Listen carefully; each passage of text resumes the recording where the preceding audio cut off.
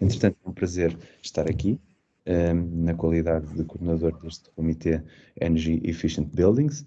E para passarmos rapidamente à ação, eu passava a palavra à Presidente da PTPC e do Cluster AEC, a Engenheira Rita Moura, que nos vai dar umas palavras introdutórias e explicar, digamos, a existência deste Comitê e do papel da PTPC nesta temática importante. Rita? Olá, muito bom dia. Agradeço a participação de todos, massiva. Portanto, este evento está a despertar muito interesse. Muito obrigada a todos os membros deste comitê que o estão a dinamizar tão bem. E em particular aqui o Dr. João Moutinho, naturalmente, como coordenador, tem feito um papel extraordinário. Bom, muito rapidamente, estes comitês surgem, digamos assim, pela participação da PTPC na própria SCTP, na European Construction Technology Platform, que no fundo, em que a PTPC é o mirror, é o espelho desta plataforma a nível nacional e que tem como objetivo a promoção da inovação e transferência de conhecimento e competitividade. Ora bem, dentro da plataforma europeia existem vários comitês. O E2B, digamos, o Energy Efficient Buildings é um deles, mas existem outros, o Active Aging and Design, o Heritage e Regeneration, o Infrastructures e Mobility, Materials e Sustainability e o Digital Build Environment. Portanto, no fundo, são 6 comitês e a PTPC participa em todos eles. Portanto, é a forma que encontramos. No fundo, criámos um comitê nacional que replica exatamente o comitê europeu e que assim nos possibilita interagir com a plataforma europeia e com tudo aquilo que vão ser as calls do Horizon Europe e dar aqui contributos para as Research Innovations Agendas, etc. Portanto, é muito importante esta participação nestes comitês porque nos dá, digamos, esta posição portuguesa a nível da Europa. Para além disso, e pronto, e muito rapidamente, integramos também o board da principal prioridade de investimento em inovação na Europa, que é o Build for People Partnership, e que está agora a desenvolver a sua Strategic Research Agenda para 21-27, e portanto, e nós participamos no board dessa partnership como membro permanente, o que nos dá uma palavra muito importante a nível do Horizon Europe e que, no fundo, integra tudo aquilo que vamos recolhendo destes comitês. Portanto, no fundo, os objetivos deste comitê especificamente, que está a lançar este tema de hoje, do E2B, é desenvolver tecnologias e soluções que permitam acelerar a redução do consumo de energia e das emissões de gases com efeitos de estufa, em conformidade com as metas climáticas, por exemplo, através de uma maior taxa de renovação do ambiente construído a custos mais baixos e para satisfazer as necessidades regulamentares. Portanto, aqui o aspecto dos custos mais baixos em Portugal assume um papel muito importante e que está a ser dada essa importância na Europa, porque pelas questões de pobreza energética em que o nosso país vive. E, portanto, no fundo, vamos aqui, com este comitê, desenvolver soluções de eficiência energética de forma a transformar a indústria da construção num negócio sustentável e orientado para o conhecimento e com maior produtividade e colaboradores mais qualificados. Portanto, é este o âmbito e pronto, e agradeço, portanto, a todos, digamos, os que participam neste comitê, que estão aqui, pronto, ilustrados, embora que estes comitês são abertos a mais parceiros, naturalmente são restritos a sócios da PTPC, portanto fica também aqui o apelo a que se façam sócios da PTPC e que sejam um agente ativo nesta transformação que pretendemos do setor da arquitetura, engenharia e construção em Portugal. Muito obrigada. Passo a palavra e muito obrigada a todos os oradores também. Muito obrigado, Rita. Muito obrigado pelas gentis palavras e pela excelente contextualização. Efetivamente, a missão deste comitê começa e inaugura-se com este evento e, portanto, acho que estamos todos de parabéns e, acima de tudo, tentarmos cumprir com a missão de desmistificarmos um pouco este tema, que todos reconhecemos como sendo importantíssimo, pelos motivos que apontamos, mas que muitas vezes é tratado de uma forma leviana. Quantos de nós já não ouviram falar do capoto ou da solução típica que quando passamos nas obras ou que vemos, e que provavelmente se calhar é o que estamos a fazer se formos uma empresa de construção civil, que é a típica abordagem, utilizando, por exemplo, EPS ou XPS para o isolamento térmico pelo exterior, quando sabemos que são materiais de baixa circularidade e que têm efetivamente implicações a nível de sustentabilidade ambiental. Portanto, é um pouco esse o tema que nos traz cá hoje, é conseguir nivelar conhecimento nesta temática e de conseguirmos efetivamente desmistificar algum destes temas, mostrando exemplos casos de aplicação reais para algumas das empresas que efetivamente trabalham nesta área e que têm muitas lições aprendidas e que vêm aqui a partilhar isso connosco. Portanto, para dar o pontapé de saída, nós temos neste momento, já com um ligeiro atraso, o prazer de contarmos com o engenheiro Luís Duarte, da Ceciltec, que nos vai apresentar simultaneamente duas coisas. Uma primeira, um caso, portanto, soluções, quero dizer, para a eficiência térmica de fachadas, utilizando chametics e argamassas térmicas, e depois, de seguida, logo, apresentar-nos um caso de aplicação, que é provavelmente também o que nós queremos ver também muito mais, verificar que não estamos a falar apenas de teoria, mas que já estamos a falar de prática e de, digamos assim, técnicas e de possibilidades que existem atualmente. Mas sem mais demora, eu passava a palavra ao engenheiro Luís Duarte, que lhe pedia que partilhasse ecrã e que desse, portanto, e que começasse a sua intervenção, chamando desde já a atenção para a necessidade de cumprirmos o tempo. Muito obrigado. Olá, bom dia a todos. Bom dia, João. Obrigado pela apresentação. Vou aqui, então, partilhar convosco e julgo que já conseguem ver, correto, João? Sim, conseguimos. Muito bem, obrigado. Ok, muito obrigado. Bem, bom dia a todos. A introdução foi feita. Aqui cabe-nos um pouco, o tempo é muito curto para conseguirmos passar de forma mais completa sobre esta temática, mas ainda assim vou tentar, nestes 10 mais 10, que não serão tanto à partida, falarmos aqui um bocadinho das várias soluções que acabamos por ter no mercado e, como o João disse bem, não é apenas o EPS, não é apenas o XPS que temos na possibilidade de isolar termicamente as fachadas dos nossos edifícios. Bom, e começando precisamente por aí, em termos de tipos de isolamento que podemos aplicar nas nossas fachadas hoje em dia, temos desde logo dois tipos de isolantes. Os sistemas de reboco térmico, que recorrem a argamassas aligeradas, no nosso caso, seja com cortiça, seja com EPS incorporado, com cal hidráulica natural ou com cimento branco.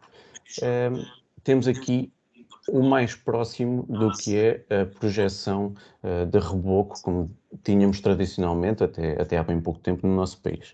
E depois temos, então, os sistemas ETICS, com EPS, lã de rocha e cortiça, nas possibilidades, nestes casos, em sistema ETICS, recorrendo a painéis de isolamento térmico. Bom, eu estou a ouvir um micro desse lado. Pedi ao Giovanni, por favor, que desligasse, senão eu também posso fazê-lo aqui remotamente, não leva mal. Ok, obrigado, João. Já fez. Bom, e naturalmente que a componente térmica ganha peso nesta temática porque é o que fez desenvolver os vários sistemas por uma obrigatoriedade legal. Neste caso, o Regulamento de Desempenho Energético de Edifícios, quer de edifícios de habitação, quer de comércio e serviços, com as mais recentes alterações, exige que os edifícios sejam efetivamente, por um lado, mais confortáveis e, por outro, talvez o mais importante, que permitam poupança energética na climatização. Para olharmos um pouco qual o impacto de isolamento térmico de fachadas, olhando aqui às várias perdas e até ganhos que poderemos ter num edifício, nós poderemos ter perdas por ventilação, pelos envidraçados, pelos pavimentos, por coberturas e naturalmente pelas paredes. Trazendo aqui um paralelismo face a um edifício existente genérico e a um edifício novo, onde temos percentualmente as perdas em cada uma das componentes, a ventilação, cobertura, janelas, paredes e pavimento, conseguimos facilmente perceber que as paredes ganham sempre um peso a rondar os 30%, mais coisa, menos coisa, à volta dos 30%. Enquanto que os outros parâmetros acabam por flutuar entre edifício existente e edifício novo, mas paredes mantêm sempre o mesmo peso no isolamento térmico ou no comportamento térmico geral do edifício. Bom, Este gráfico que vos mostro aqui acaba por ser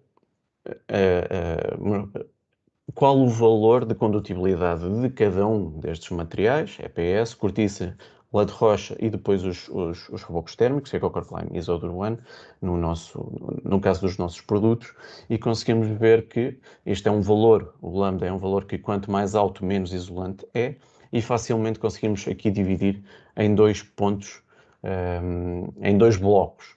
Temos os sistemas ETICS, em que poderemos encontrar lambdas entre 0,035 e 0,040, naturalmente mais isolantes, e depois os rebocos térmicos entre 0,05 e 0,09. Enquanto os sistemas ETICS, como vimos na imagem inicial, são materiais, são sistemas aplicados por painel, com uma rigidez que consegue-se atingir com rebocos térmicos, ou seja, conseguimos ter aqui dois pontos distintos, materiais distintos. No entanto, depois, quando fazemos a verificação global do edifício, o que é que nós temos? E trago-vos aqui um pequeno estudo que podem encontrar no Energia de 2018, precisamente no global do edifício, qual é o impacto que esta diferença de lambda tem, ou seja, entre um reboco térmico e um sistema ETICS.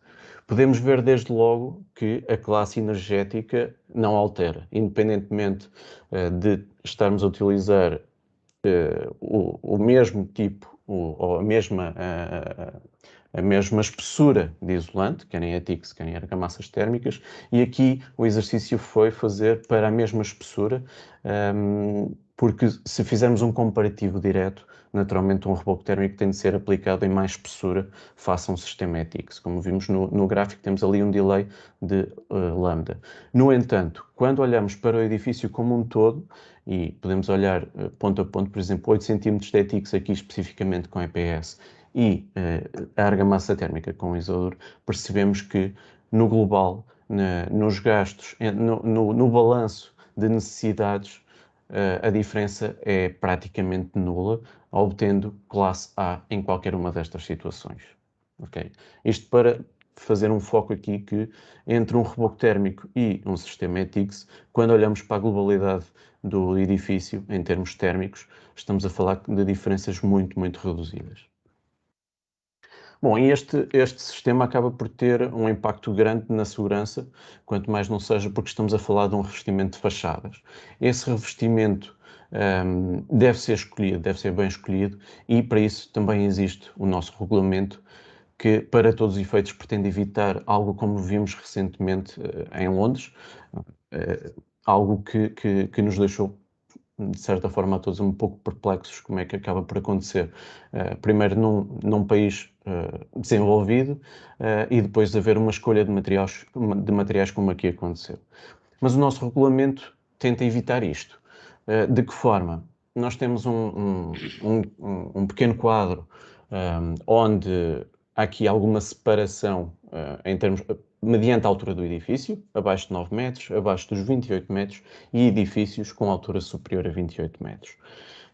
E a divisão acontece, ou a triagem acontece, pelo sistema completo e depois indo especificamente ao isolante térmico. Ou seja, nós aqui temos a classificação de combustibilidade, em que podemos ver que apenas em sistema completo apenas pode haver combustibilidade de classe C para cima, nunca para baixo, e de isolante térmico até aos 28 metros, pode ser classe E, já vamos ver quais é que se enquadram nesta classe, e depois os edifícios com altura superior a 28 metros, pelo menos classe B, S2, D0.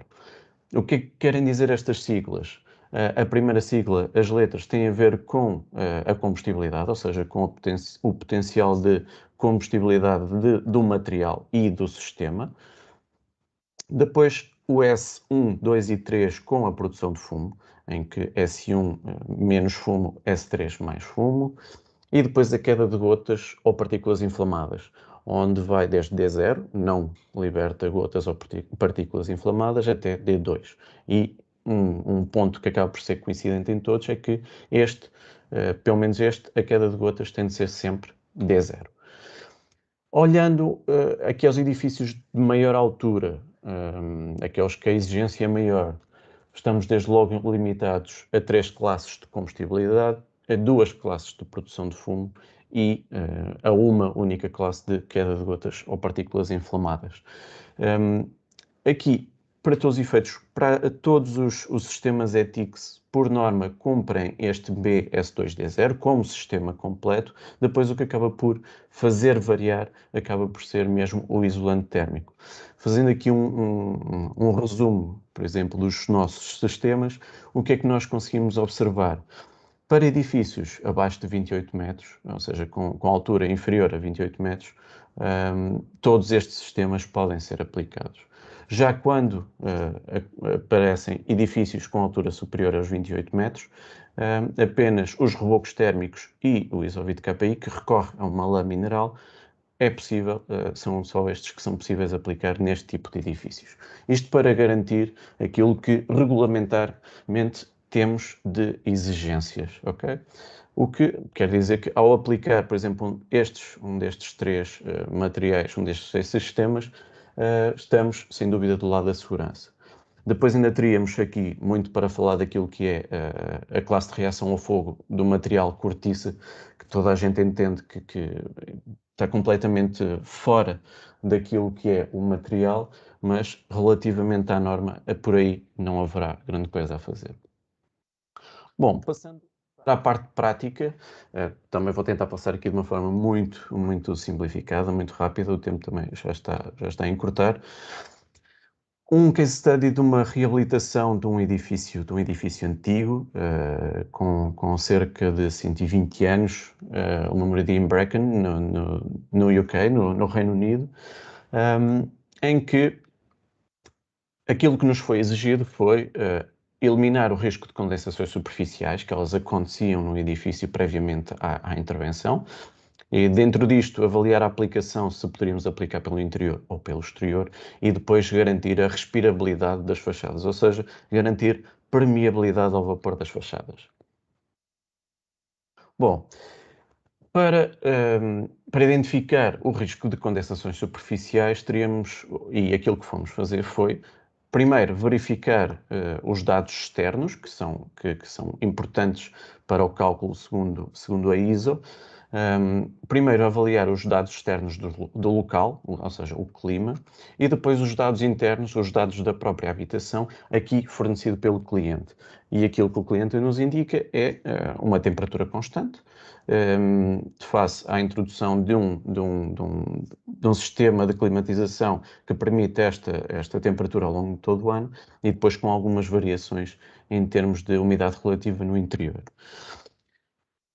Com isto, e com o que tínhamos inicialmente da parede, estamos a falar de uma parede de 45 cm de alvenaria de pedra, com uma resistência térmica à volta de 0,5, com um valor de U, o valor de coeficiente de transmissão térmica de 2,04 e, segundo a fórmula de cálculo, teríamos aqui e tínhamos um fator de resistência superficial interior de 0,49. Ora, segundo o cálculo, este fator deveria ter um valor mínimo de 0,8, ou melhor, deveria ser superior a 0,8, segundo a ISO 13788, para validarmos que não haveria o risco de condensações. Mas, acontecendo este valor, ou seja, os 0,49 face aos 0,8, validámos a ocorrência de condensações que efetivamente aconteciam no edifício antes da intervenção. Bom, face a isto, foi necessário avaliar aqui mais uma questão do ponto de vista do cliente, avaliar a aplicação do sistema pelo interior ou pelo exterior, para validarmos até em termos de cálculo de condensações intersticiais. E, de forma muito simplificada, um sistema aplicado pelo interior e pelo exterior tem algumas diferenças em termos de aplicabilidade.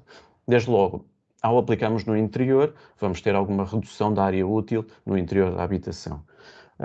Pelo exterior, manteríamos essa área útil.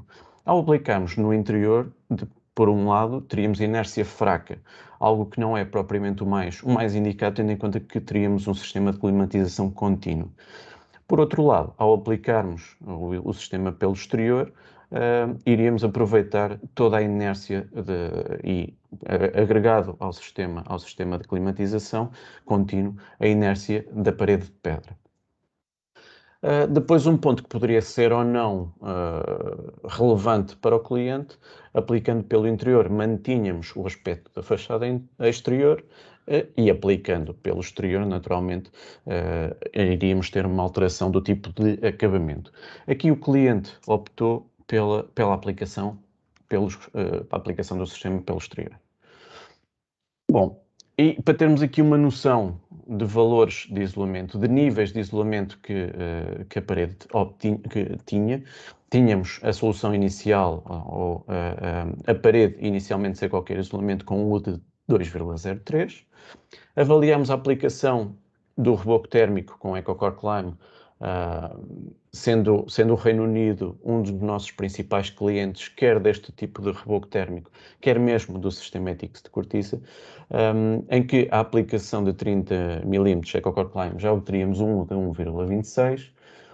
O sistema de cortiça com 6 cm, um U de 0,5 e com 12 cm de cortiça, 0,29 de valor de contibilidade da parede.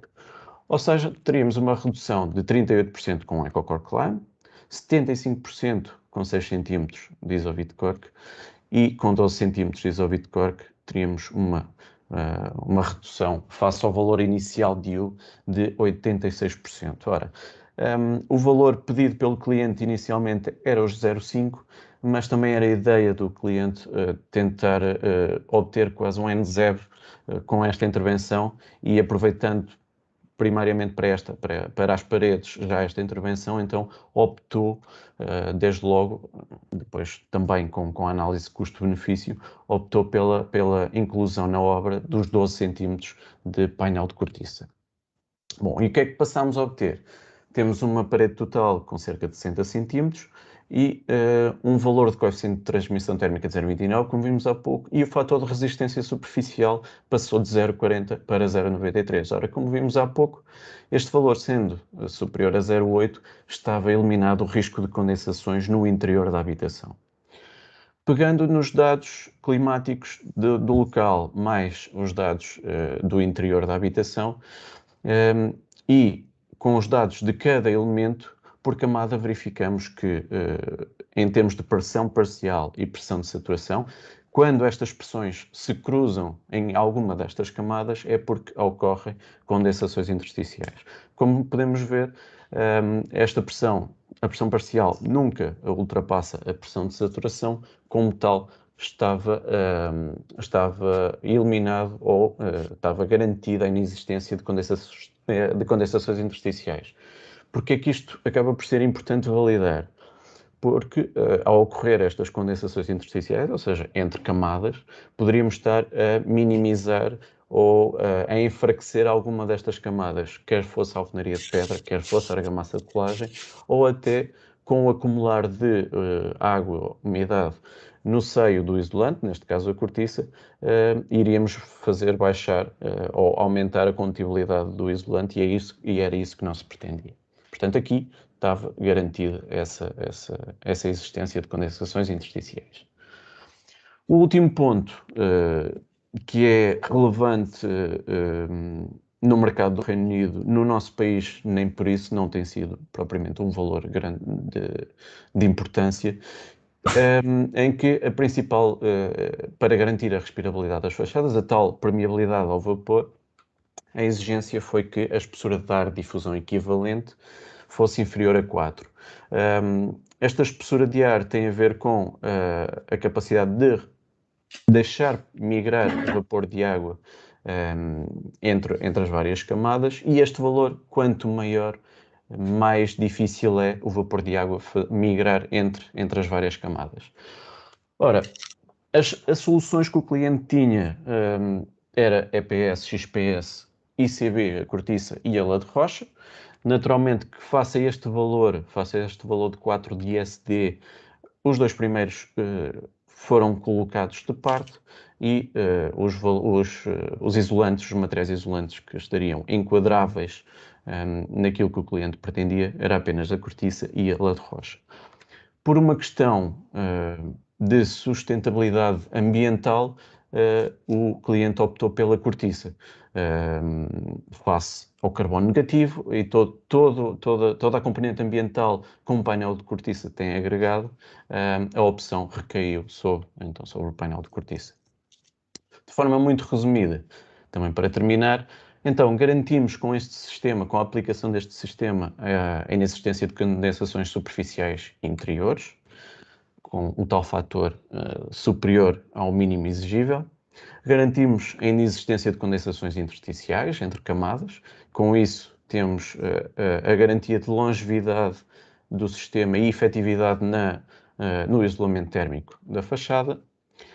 E depois, para finalizar, então, garantimos a respirabilidade das paredes, garantindo permeabilidade ao vapor, ou seja, aquele ST inferior a 4. Muito obrigado. Excelente, excelente. Muito obrigado, Luís Duarte. Obrigado. Nós é que agradecemos efetivamente a excelente intervenção e o cumprimento quase escrupuloso do tempo. Efetivamente tínhamos aqui um espacinho que gostaríamos de ter reservado para questões e respostas, em que aqui poderíamos abrir pelo menos uma questão, neste momento, que alguém quisesse intervir. E eu pedia que levantassem a mão para termos aqui um mecanismo de podermos arbitrar as várias intervenções e eventualmente uma questão que possam colocar. Senão eu tenho aqui uma provocação muito rápida a fazer ao Luís e Força. É só aguardar um bocadinho para ver se entretanto se as pessoas não têm nenhuma questão. Eu vi muitas palmas aqui por baixo, portanto é excelente sinal. Já agora estamos com uma excelente adesão nesta sessão, que é de salutar. Só mostra realmente a importância do tema.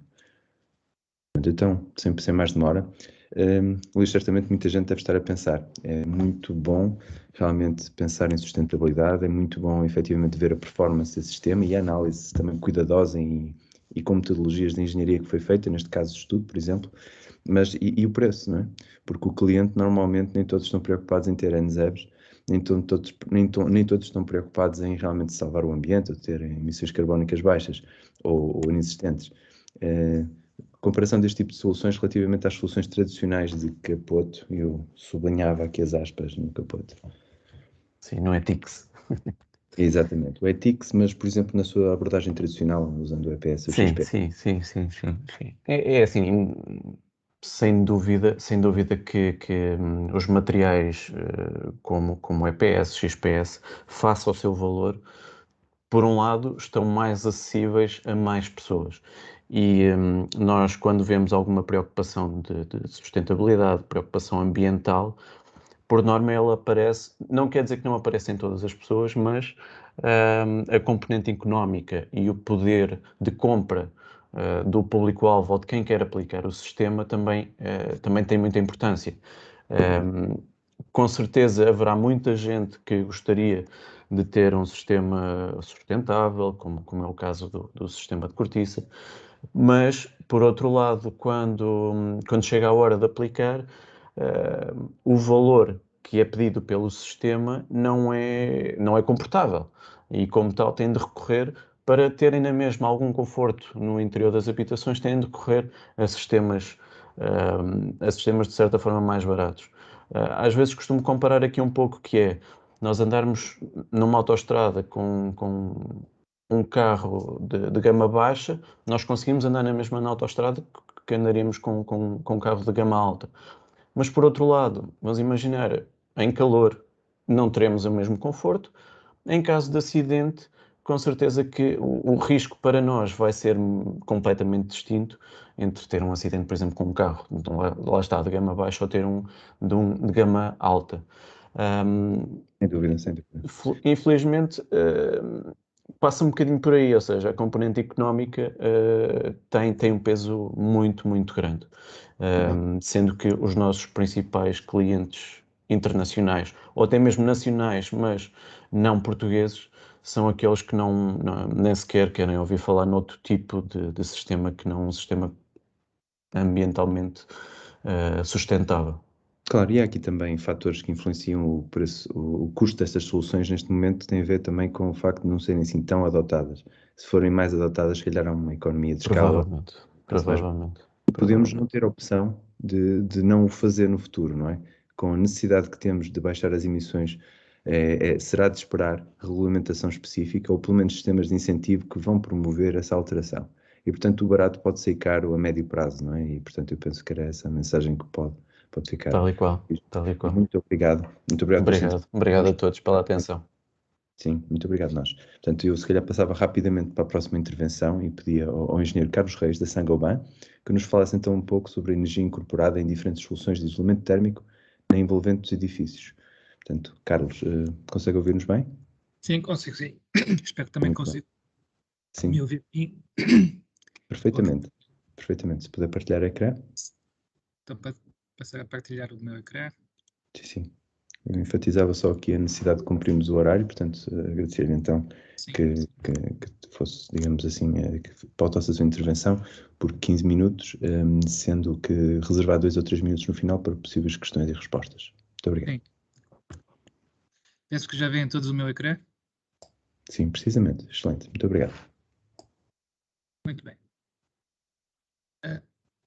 Fazendo aqui uma breve introdução ao que é uma análise de ciclo de vida, a parte de nós já saberá que é uma metodologia que permite ver os impactos ambientais de um produto ou de um serviço de uma forma mais abrangente possível. Um edifício pode ser equiparado a um produto e, portanto, pode ser alvo de uma análise de ciclo de vida.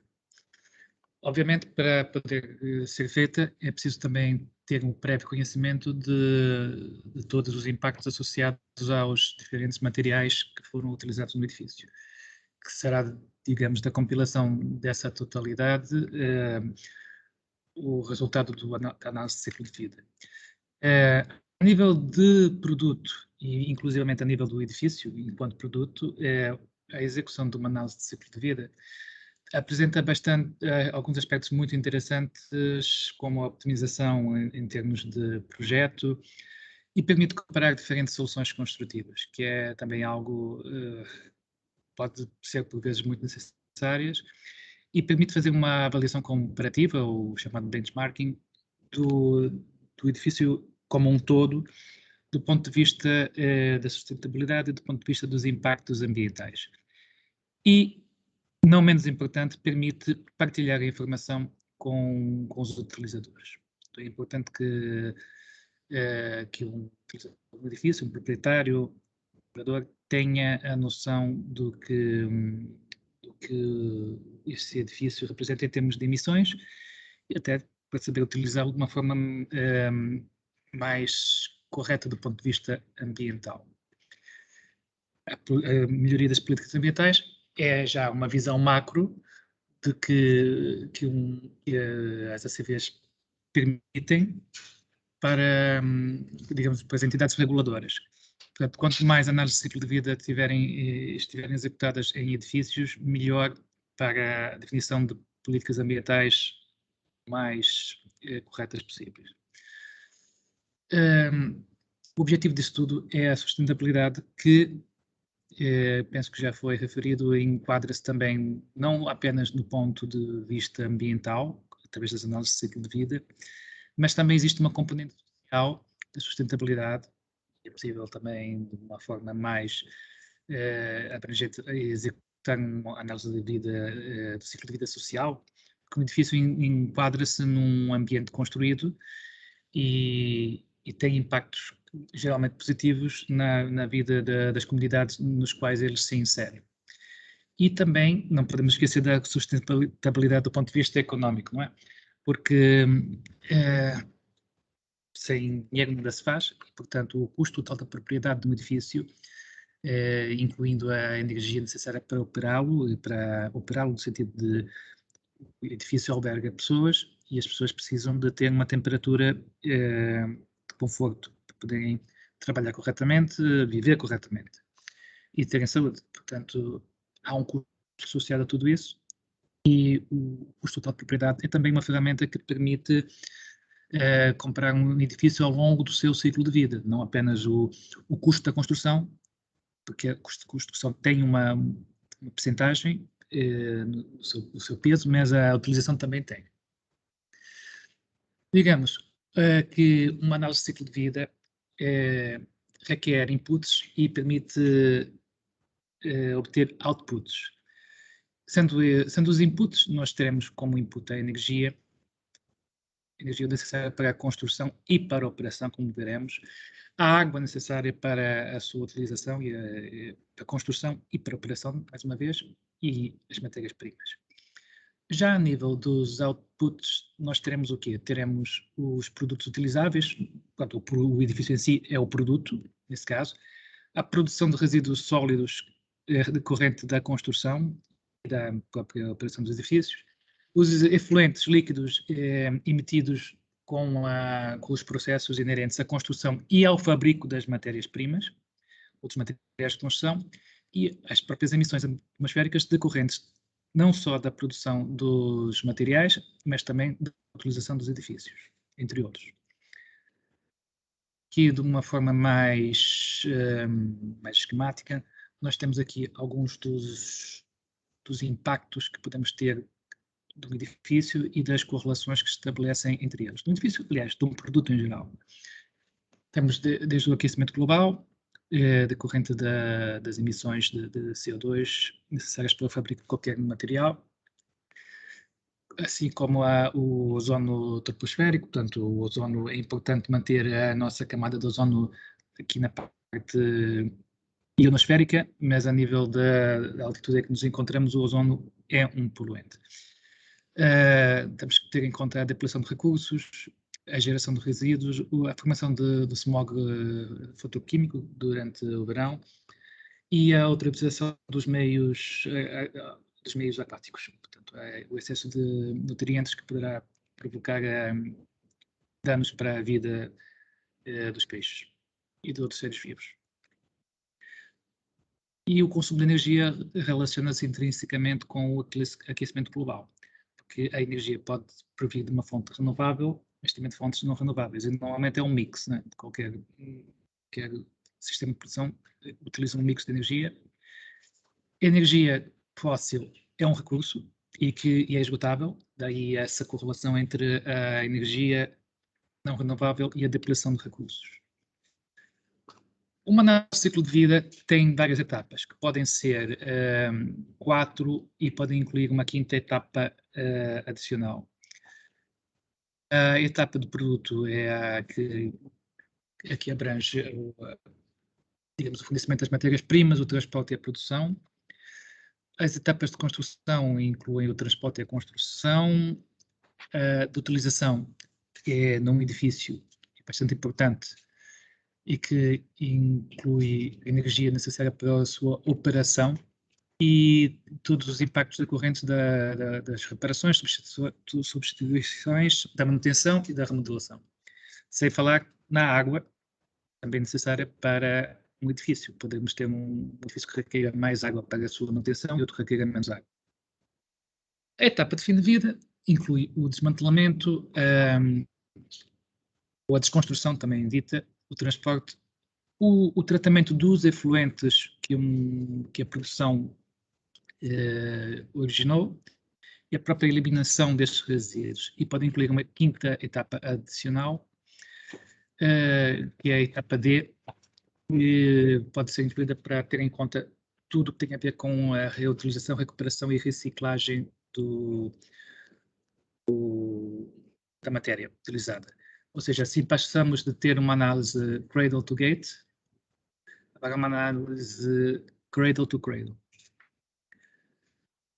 Focando agora nas etapas de produto e construção, o que é que temos? Temos que essas etapas incluem desde a extração das matérias-primas, fabrico, embalagem, e deve ser tida em conta a distância percorrida por cada da matéria-prima até a sua fábrica. O transporte da saída da fábrica, normalmente, também deve ter em conta uma distância média de utilização e também devem ser tidos em conta os desperdícios que resultam do processo de fabrico. Quanto à energia incorporada, que é, no fundo, a energia utilizada desde o processamento da matéria-prima, desde a extração o fabrico, o transporte, inclusivamente a energia que é requerida para certos serviços ou produtos que requerem uma contínuo de matéria-prima, de energia, digo. Isso traduz-se na energia incorporada ou embodied energy de um produto ou de um edifício ou serviço. A energia incorporada tem uma componente renovável, como eu já vos disse, que é proveniente de fontes hídricas, eólicas ou solares, mas também há uma componente não renovável.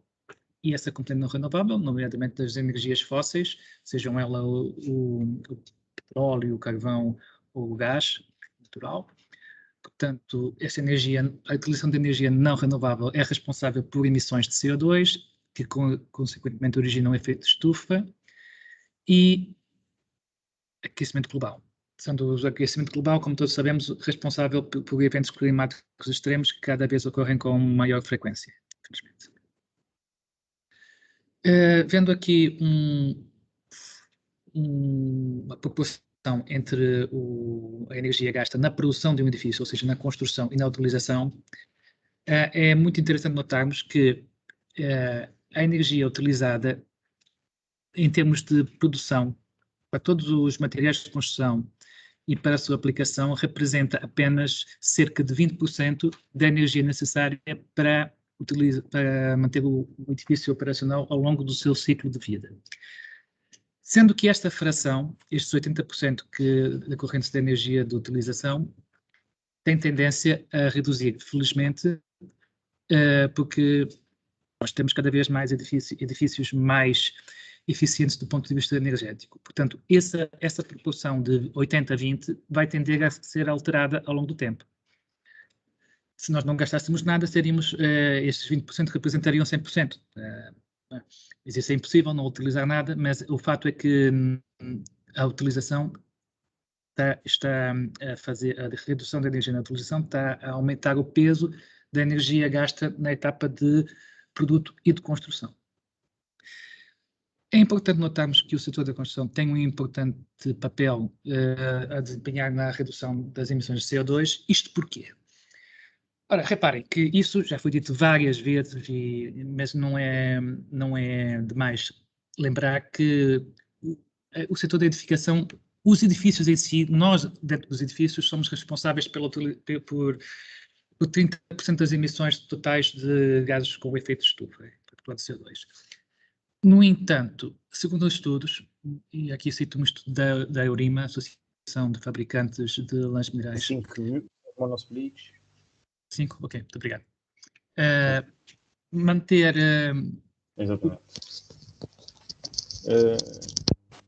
Sim.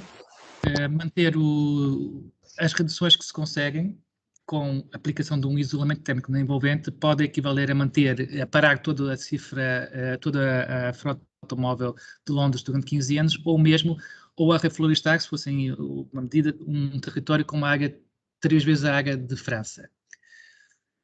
Ora, e não se esqueçam que portanto, é importante cada vez mais termos em conta os objetivos do Protocolo de Kyoto e outros mais recentes, porque há níveis máximos de temperatura que temos que conseguir manter.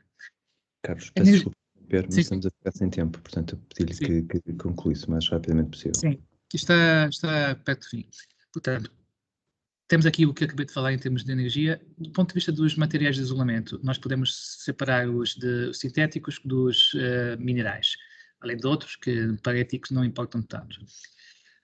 Do ponto de vista da comparação de materiais isolantes, a unidade funcional deve ser um valor de resistência térmica, ser unitária ou 2 metros quadrados por Kelvin watt, tanto faz. Mas tem que ser uma unidade de resistência ao fluxo de calor. Então, não estamos a comparar, estaremos a comparar águas com bugais, não estamos a comparar quilos de EPS com quilos de lã mineral ou quilos de lã de rocha de modo geral. Existem documentos, que são as análises de ciclo de vida, e as declarações ambientais de produto, que no fundo materializam os resultados dessas análises, que os fabricantes produzem e que permitem comparar os materiais. Aqui temos um exemplo da solução que o Grupo Saint-Gobain propõe para ETICS, que é o Clima 34. Há países, deve-se me referir, que têm critérios ambientais mínimos e, nesse caso, o Clima 34, que é produzido em Itália, é uma questão de optimização de fontes de produção, é feito com mais de 60%, nesse caso com 80% de lã de vidro reciclado, é a utilização. Portanto, é utilizado, o restante da matéria-prima é basicamente areia, para além dos ligantes, né?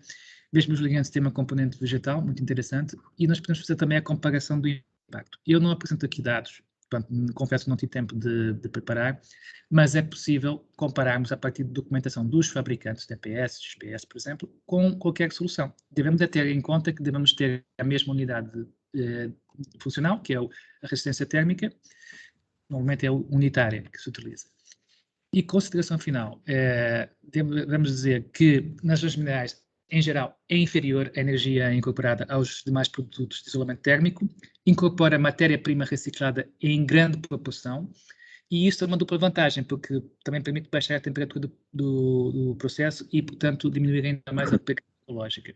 E, para além disso, não sofre as mesmas variações que sofrem os produtos derivados de petróleo. É muito importante realçar sempre os 80% de matéria-prima total. Deixo finalmente apenas o propósito do Grupo Saint-Gobain é tornar o mundo um melhor local para viver. Muito obrigado. Desculpem a derrapagem de tempo. Não, obrigado nós. Portanto, é excelente ver realmente este motto final, realmente making the world a better home, tem uma conotação, tem muitos sentidos possíveis e muito para onde explorar. Não, muito obrigado pela intervenção, foi realmente útil falar de análise de ciclo de vida. Curiosamente ligou muito bem com a apresentação anterior, em que falámos efetivamente desta possível necessidade futura que pode vir a ser regulamentar e que, aliás, pode muito provavelmente vir a ser regulamentar. Infelizmente não temos tempo agora para questões e respostas, temos que passar a última intervenção e vamos reservar o período de questões e respostas da intervenção do Carlos, para o fim, de forma a não comprometer a participação das pessoas e a visualização da última intervenção. Mas muito obrigado, Carlos. Eu pedia então agora ao colega, portanto, da última intervenção, que será, deixem-me só voltar a mostrar aqui basicamente o programa, para vos mostrar que efetivamente temos agora, finalmente, a intervenção de um caso de aplicação de argamassas térmicas em reabilitação de edifício dos finais do século XIX. Portanto, uma situação que certamente despertará o nosso interesse. Engenheiro Luís Janeiro, consegue partilhar ecrã, por favor? Está? Sim, correto. Muito obrigado. Obrigado, bom dia a todos. Sou Luís Janeiro, sou engenheiro da Motengil e venho aqui falar num caso de aplicação de argamassas térmicas na reabilitação de um edifício dos finais do século XIX. Isto foi uma obra que acompanhei há cerca de 3, 4 anos. Portanto, o edifício era um edifício com 4 pisos, destinados maioritariamente a serviços e a comércio, e a reabilitação consistiu no acrescento de 2 pisos superiores, o piso 5 e o piso 6, e 2 pisos enterrados. E o edifício passou a ter como destino comércio no piso 0 e habitação nos restantes pisos. O edifício é localizado na Baixa de Lisboa.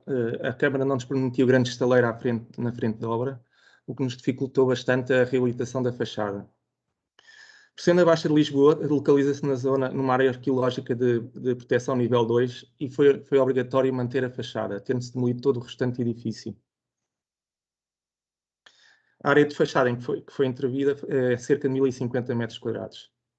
Agora apresento aqui 4 fotografias da evolução do edifício ao longo do tempo, não é? Portanto, o primeiro passo foi na década de 70 do século XIX, com a construção de 2 pisos. Ainda no século XIX foi acrescentado, ficando com 4 pisos. Nas fotografias que estão na parte de baixo, vê-se a situação do edifício antes e após a nossa reabilitação. O projeto de arquitetura que nos foi entregue previa que na face exterior da fachada fosse aplicado reboco convencional e na parte interior da fachada que era previsto uma lâmina de betão armado com funções estruturais e estuque. Com esta composição de parede, o coeficiente de transmissão térmica que se obtinha era de 1,49 watts por metro quadrado de grau Celsius. No entanto, como o edifício se localiza numa zona climática de inverno I1 e de verão V3, o coeficiente de transmissão térmica máximo que é permitido pelo regulamento é 0,50, ou seja, cumprindo o projeto de arquitetura, não se conseguiria atingir os valores necessários.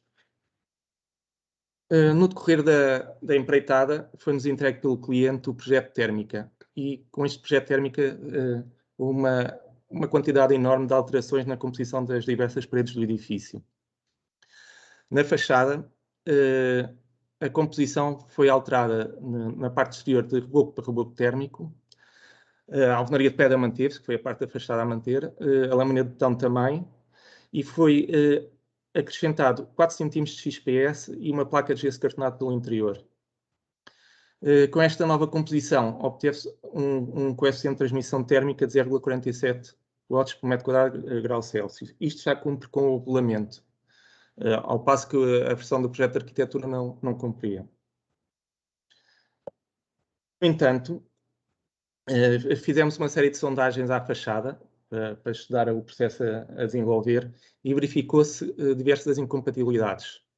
A primeira foi que a parede de pedra calcária existente era de 65 cm e não era de 53 cm, conforme previsto. A fachada já apresentava severos empenhos sobre o revestimento, que o Dom Dora fez muita questão que fossem corrigidos. Uma série de elementos de pedra, peitorias e molduras à volta dos vãos, cornijas, que se tiveram que manter. Isto limitou bastante as espessuras de revestimento que poderíamos aplicar no interior e no exterior da fachada. Com a remoção do revestimento existente na fachada, verificou-se que havia diversos elementos soltos e desagregados, que tiveram de ser também tratados. Analisando o projeto de térmica e as exigências que se teriam que cumprir e as incompatibilidades que vimos na fachada existente, decorreram diversas reuniões com os projetistas de térmicas, de arquitetura, cliente, empreiteiro e fiscalização, e chegou-se a uma solução a implementar bastante semelhante ao que estava previsto no projeto de térmica. A grande diferença que se introduziu foi na espessura do reboco térmico. Isto porquê? Porque, devido aos empenhos que havia na fachada, utilizou-se também o reboco térmico um bocado para corrigir esses desnivelamentos. Ou seja, em vez de se aplicar só 2 cm de reboco térmico, aplicou-se em média 3, 4 cm. Com esta nova solução, conseguiu-se atingir um coeficiente de transmissão térmica de 0,14, 0,414. Este valor continua a cumprir o máximo regulamentar e ainda melhorou ligeiramente a solução prevista no projeto de térmica.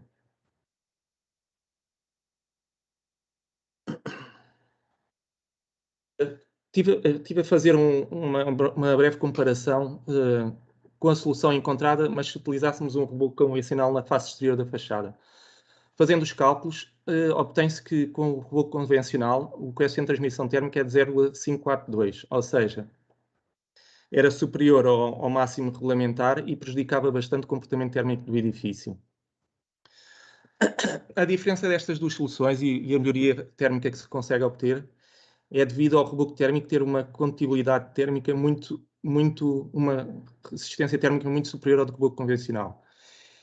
E, basicamente, isto obtém-se porque o reboco térmico contém agregados de EPS na sua composição, que permitem melhorar muito a resistência térmica do reboco, mantendo-se também a resistência mecânica que o reboco convencional tem, pelo menos em grande parte.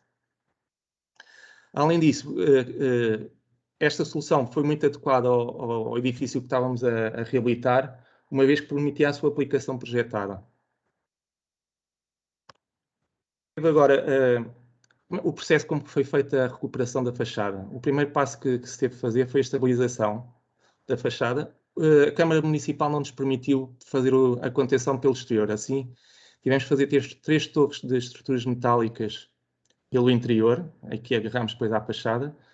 Iniciámos a demolição dos diversos pisos e, conforme íamos demolindo cada piso, íamos fazendo a projeção de uma lâmina de betão armado na fachada, no face interior, através de aplicações de rolhos, armadura de ferro.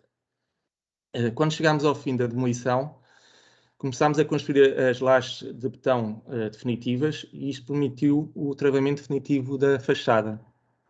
De notar, mesmo com este processo de estabilização de fachada, tivemos alguns deslocamentos significativos pontuais na fachada, de cerca de 4 a 5 cm, o que ainda provocou mais empenhos na fachada.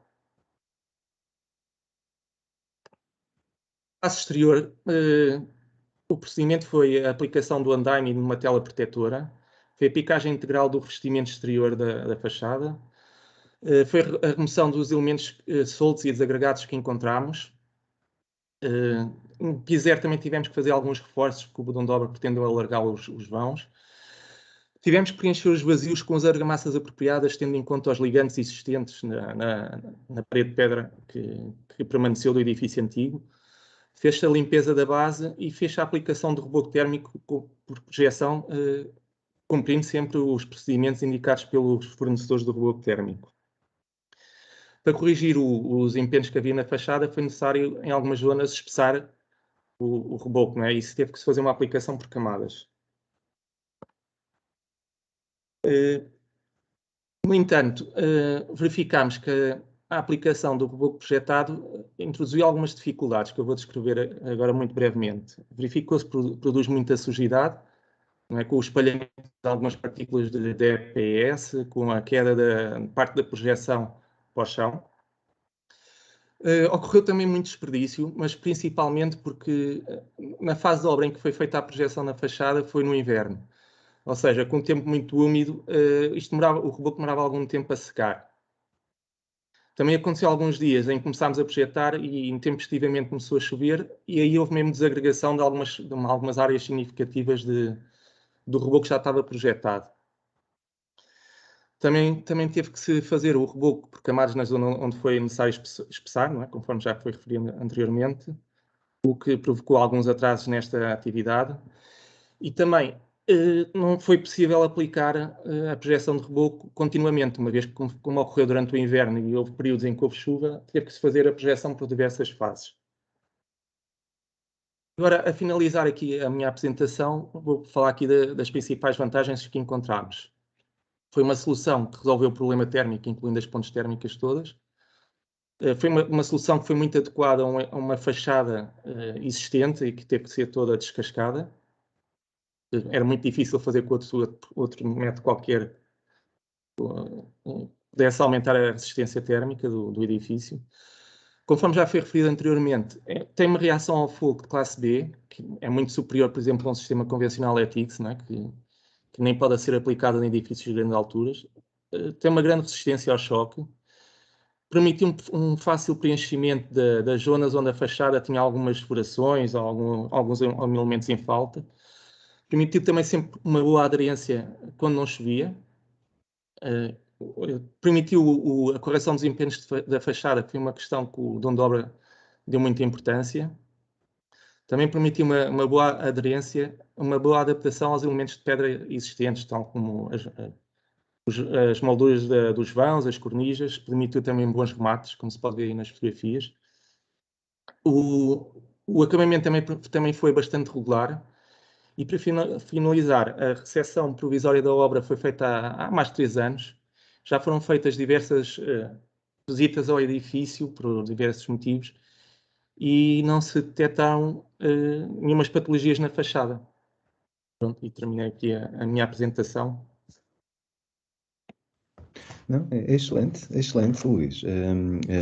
Excelente apresentação, muito obrigado. Foi muito bom ver um caso prático de aplicação e com esta experiência também da Motengil, que é uma empresa que tem levado a experiência no campo e que tem já dado muitas provas da sua capacidade de resolver problemas. Portanto, muito obrigado pelas intervenções de todos. Estamos um bocadinho para além da hora, mas não queríamos fechar o evento sem dar aqui a oportunidade de haver questões e respostas para as 2 últimas intervenções. Portanto, a intervenção do Carlos Reis e do Luís Janeiro, que efetivamente não tiveram ainda questões. Portanto, eu sugeria que as colocassem ou no chat ou pedissem para falar, ou simplesmente acho que podemos abrir microfones para facilitar eventualmente qualquer questão que possam ter. Obrigado, Carlos, por ter ligado a câmara e também agradecer também ao Luís que entretanto também ligasse. Exatamente, temos aqui o nosso distinto painel de oradores, portanto temos agora aqui uma oportunidade de poder colocar algumas questões. Temos aqui uma questão já no chat, da Alice Tavares, que pergunta: uma aplicação do isolamento térmico pelo interior não provoca condensações na interface? Olha, olhando aqui para as nossas intervenções, eu vejo, acho que todos poderiam responder a isso. Mas eu lembro-me, por exemplo, aqui do caso prático do Carlos a apresentar aquele caso de aplicação em que falou-se bastante da questão da condensação, não se calhar especialmente da interface, mas condensação, por exemplo, no interior. Mas se alguém porventura tiver também uma resposta, agradeço. Portanto, foi comigo, não foi? foi com o Luís, peço desculpa. É isso. Peço desculpa, então. É assim, normalmente deve sempre fazer-se essa análise, é verdade, deve sempre fazer-se essa análise previamente à aplicação do isolamento térmico pelo interior. Naturalmente, antes de se avançar para esse cálculo, vamos sempre assumir valores teóricos e depois há sempre algumas diferenças entre os valores teóricos e os valores que acabam por existir no uso corrente do edifício. É assim, hoje em dia, uma coisa que o regulamento exige é a ventilação do interior dos espaços e isso vai reduzir significativamente. Ao colocarmos o isolamento térmico pelo interior, estamos naturalmente sempre a aumentar o tal fator de resistência superficial e, como tal, podem ocorrer, mas vai sem dúvida melhorar e essas condensações, ou seja, se ocorrem condensações, ao aumentarmos o isolamento térmico, vamos aumentar a temperatura superficial nessa zona e com isso vamos diminuir a possibilidade de ocorrência da condensação. Ok, muito bem.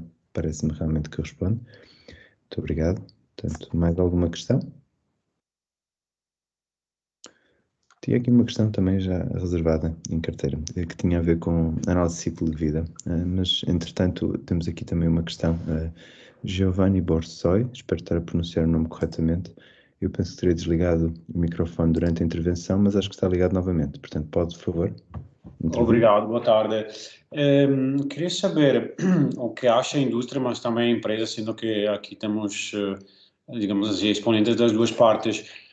Ou seja, sem dúvida, as soluções térmicas são importantes, mas hoje em dia, soluções sísmicas também são, apesar de não ser requisitos, digamos assim, que são pedidos das regulamentações, mas a implementação de soluções térmicas e sísmicas combinadas, acham que será uma das apostas da indústria, como também uma das necessidades das empresas em futuro, ou seja, qual é o vosso ponto de vista? Porque, por exemplo, eu estou a ver agora uma reabilitação pronto, de uma clássica, um clássico quarteirão da Baixa, não? Pronto, no qual basicamente temos que, pronto, de fato, o façadismo, ou seja, estamos a manter a façada, mas não estamos a apostar numa classe energética implementada, mas do outro lado, não estamos a apostar num retrofitting sísmico e numa zona altamente sísmica, pronto, sabemos que é fora das regulamentações.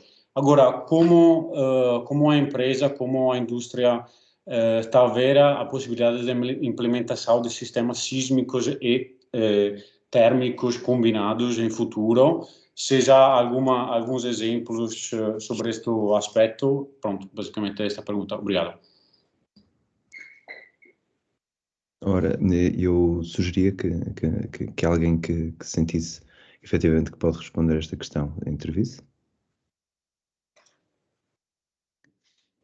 Bem, eu posso dar aqui uma opinião. Eu concordo com o Giovanni nesse sentido de que o risco sísmico deve ser uma preocupação sempre presente, principalmente nas zonas de reabilitação urbana.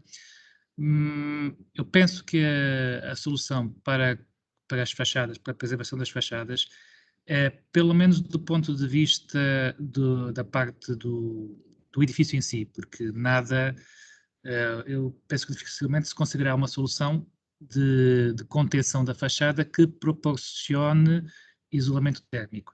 Mas o travamento, a adequada ligação com as lajes e com os outros elementos estruturais a construir de novo, podem ser portanto, um dos segredos para conseguir que a fachada resista o mais adequadamente possível a um sismo, sendo certo que nunca será como uma fachada nova. Naturalmente. Sim, penso que sim, penso que faz sentido.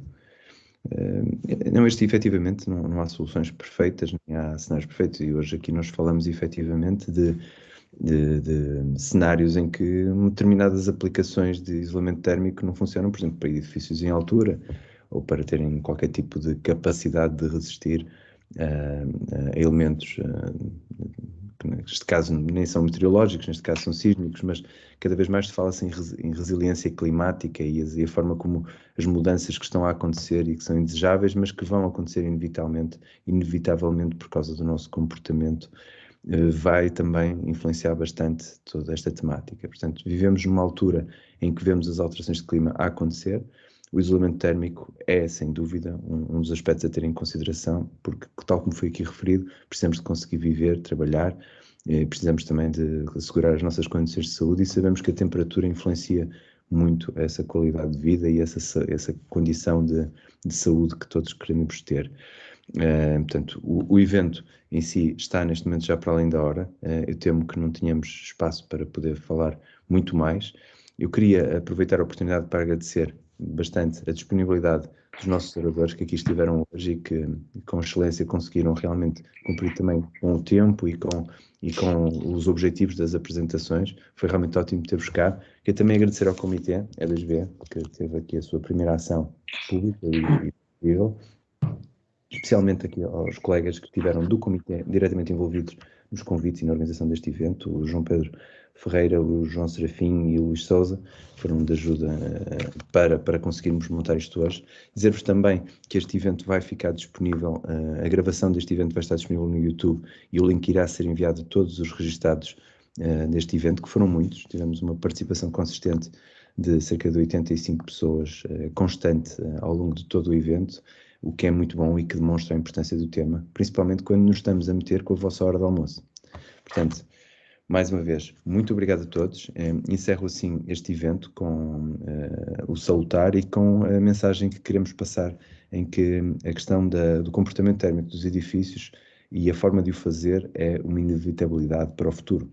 Portanto, nós não falamos aqui de luxo, nem já falamos de que as soluções em si podem ser mais ou menos affordable, portanto, comportáveis por diferentes tipos de clientes, mas o isolamento térmico em si vai ter de existir, e existem imensas soluções que podem, neste momento, evitar as soluções mais convencionais da PS e XPS, que têm claramente um impacto ambiental que nós não queremos que os nossos edifícios tenham para o futuro.